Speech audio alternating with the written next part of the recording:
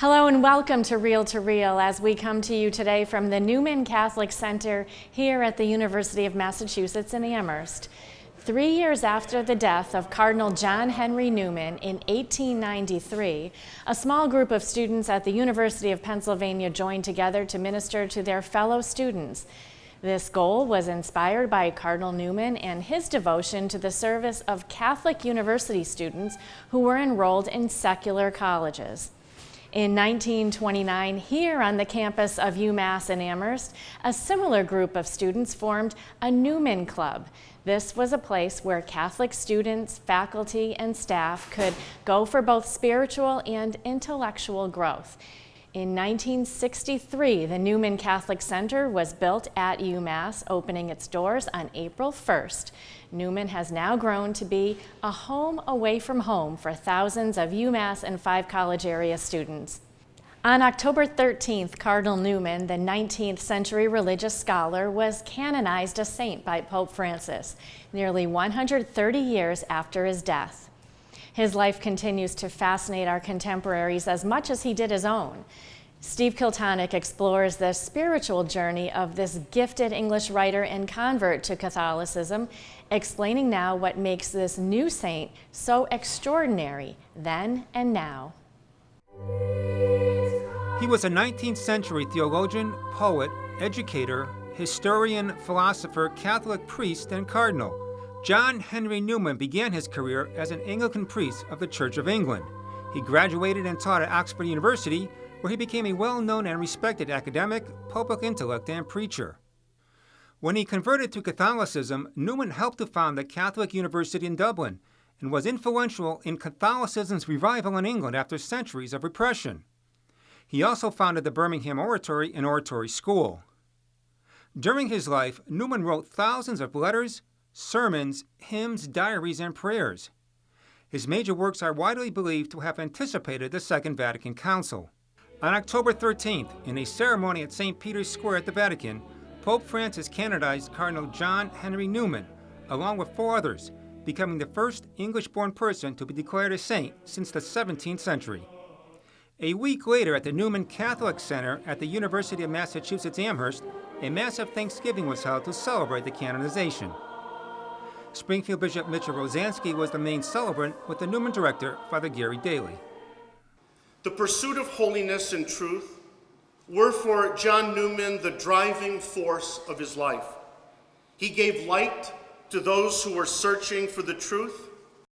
Father Daly quoted Newman from The Idea of a University, a compilation of essays on higher education. It is the education which gives a man clear conscious view of his own opinions and judgments, a truth in developing them, an eloquence in expressing them, and a force in urging them.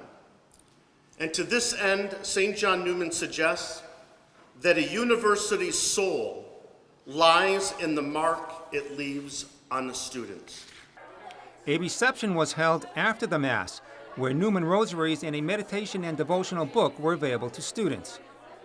Victoria Newman Seed, who lives in England, grew up in Wilbraham and St. Cecilia's Parish. She is the Development Officer for Catechesis at the Catholic Bishops' Conference of England and Wales. She has a PhD in philosophy from St. Louis University. I was involved in some reading groups where we read about Newman on the university, and we looked at ideas like that. But I also became very captivated with his poetry, and I loved The Dream of Gerontius. In England, Seed became familiar with Newman's classic hymns such as Lead, Kindly Light. She also had a rewarding experience editing a 25-part podcast series on Newman called Journeying with Newman, produced by the Oratorians. People from all walks of life contributed, including Melissa Villalobos, whose life was saved by the intercession of Cardinal Newman, which led to his canonization. She spoke on motherhood. Seed reflected on a passage from The Dream of Gerontius, discussing the drama of existence. Newman was born to Protestant parents in 1801. His father was a private banker, and his mother a descendant of distinguished French Huguenot printers. At 15, Newman felt called to do some kind of missionary work, and at 16, he went to Oxford University to study theology and philosophy. From such a young age, he had this extremely single-minded adherence to the truth. He wanted to know what the truth was. Newman grew up in controversial times and even shared in the anti-Catholic sentiment of the day. And one of the things that struck him, and in many ways upset him, was that the Catholic Church and the Pope always seemed to be on the right side of these controversies. A transformative moment came when Newman discovered the Catholic doctrine of the true presence of Jesus in the Eucharist, which was reserved in the tabernacle of every Catholic church. This absolutely blew him away and became one of the final sort of tipping points of him deciding that he needed to become Catholic. In 1845, Newman converted to Catholicism, giving up his social status and leaving his cherished faculty position at Oxford. He lost many friends and suffered the indignity of being cast out by the Anglicans, but Catholics were also wary of him because of his Anglican roots. Newman became a priest and then was made a cardinal by Pope Leo XIII in 1879. As a Catholic, Newman's revolutionary ideas on a number of topics are still widely studied today. The idea that ordinary Catholics, that is the laity, non-clerical Catholics, can learn, can love, and can defend the faith. It's the idea of God giving us our definite purpose. God has given me a definite purpose. He has entrusted some work to me that he has not entrusted to another. Newman's idea of ecumenism were discussed at the Second Vatican Council in the 1960s. Newman believed that Catholic education produces gentlemen, people who are modest and think more of others than themselves. This idea of forming the whole person, this integrated personality, creates a seriousness for serious topics, but also an ability to enjoy oneself, to take proper recreation. Newman Centers, located on the campuses of many public universities like UMass, get their name and role from Newman, who believe Catholic students must be given a place to gather, to support, and encourage one another in their faith. The Newman Club began at UMass in 1929 and continues to exist in the present center, which was built in 1963. It's hoped that the canonization will spark a renewed interest among students here on campus during a time when universities are dropping the Newman name from its centers. One of the challenges we have being named a Newman Center is that no one really knows who Newman is. And now with the canonization, it is brought to light. Now people know, oh, this is a saint. This is a real person who lived in the 19th century. I think this was actually a really good opportunity for a lot of students, including myself, to freshen up on who he was, what he meant to the church. What spoke to me about him was his quote, "I have a purpose that no one else has. I have a job to do that no one else can do." And I think we as a Newman Center and we as a generation need to hear that, because I think a lot of people have kind of fallen off that train and don't necessarily believe that their role is important in this world. Heather Addington is the new Focus team leader at Newman. This is her first year at UMass. I think the one thing that has actually consoled my heart a lot, especially being a missionary, is Newman's quote of God leads in strange ways. He knows your plan, even though we're trying to figure it out, but if we just trust in God, he'll lead us.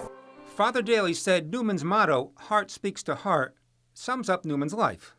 It's the capital H heart speaks to the small h heart in the sense that Jesus, his own sacred heart, speaks to our heart. And I think that's how John Henry Newman lived his life. This canonization is for all of us a time of great joy, to know that he who pursued the truth so doggedly and at his own personal expense and at his personal loss, really, was able to inspire us so well as Catholics.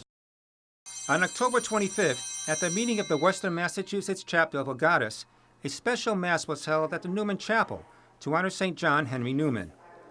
Monsignor Chris Connolly of St. Michael's Cathedral celebrated the Mass. After dinner in the Quigley Room, Seed spoke on what Newman can teach today's Catholics in the current culture wars. Seed had a reserved seat at the canonization because of her work on the podcast series. Prince Charles was there. He did have a front row seat. I was several rows behind His Royal Highness. There was such an atmosphere of joy, I think, of hope for the church and of celebration, at the recognition of Newman as a saint.